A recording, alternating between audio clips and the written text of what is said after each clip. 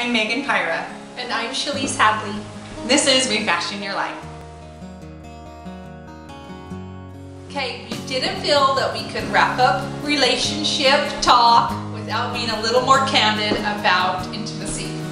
So how many of you can relate when you're like, oh, I just want to go up, and you're just feeling that love and gratitude inside, and you want to give your husband a big old hug and kiss, and then he's like, oh, caveman comes out and he wants to carry you off to the bedroom, and you're like, wait a minute, I just wanted to give you a hug, and he's like, oh no, come here, you know, and it's like, wait a minute, all I wanted to do was just express my love. And then sometimes, really, sometimes you kind of can end up in a fight over that. Right.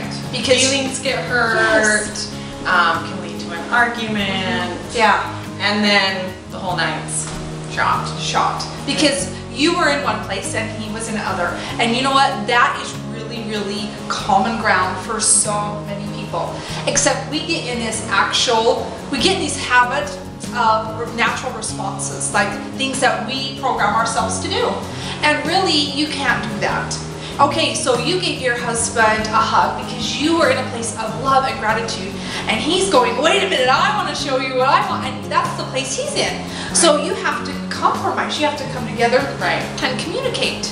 Right. There's so many times in the day when I'm interacting with my own kids, yes, constantly giving them hugs and kisses and different things, and then my husband makes it home. It's not that I'm tapped out of all those things, but I'm just in a different place. Right. And like we mentioned in last week's video, kind of take him for granted that he's just always going to be there, and that he knows I love him, and I just give him a different type of love than I give my kids. Right. So just like Shalise said, when I go to show him some affection, he's like, well, let's head off to the bedroom. So I saw a great interview with Matt Townsend, and he was talking about relationships, and he talked about, like, I can't remember what it was called, but it was something about 5 touches.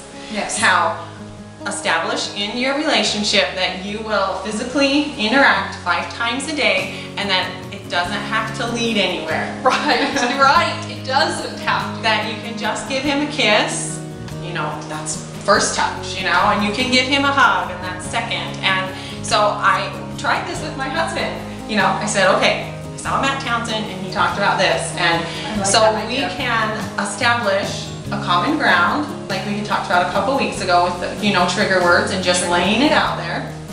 I said, let's just try this, and he was like, okay. I said, I want to be able to show you affection and know that we're not going to end up with hurt feelings because we're in different places or an argument. Because different people have different expectations. Yes. That's bottom line what it is. Yes, expectations for sure.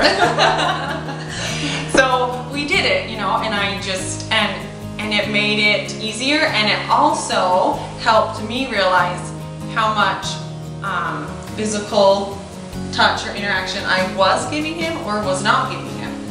Like, it just made me go, oh, we're on number 3 today, and it's 11 o'clock at night, or only 6 o'clock at night, and we've already hit our 5. And it's not that we have to keep track that it's 5, but just knowing that we can interact with each other, and it doesn't always have to go somewhere where the other person isn't quite there yet. I know, but don't forget, it's so fun to be at the point where you do go in for a hug just because you are feeling that, and he's like, whoa, and then you're like, oh, I can get there too. And then that's that fun, spontaneous, set everything aside. Every relationship needs. And every once in a while. It doesn't have to be all the time, but man, you need to be at that point sometime. And tell yourself it's okay to be there. Right. Even in momhood, even in busyness of life.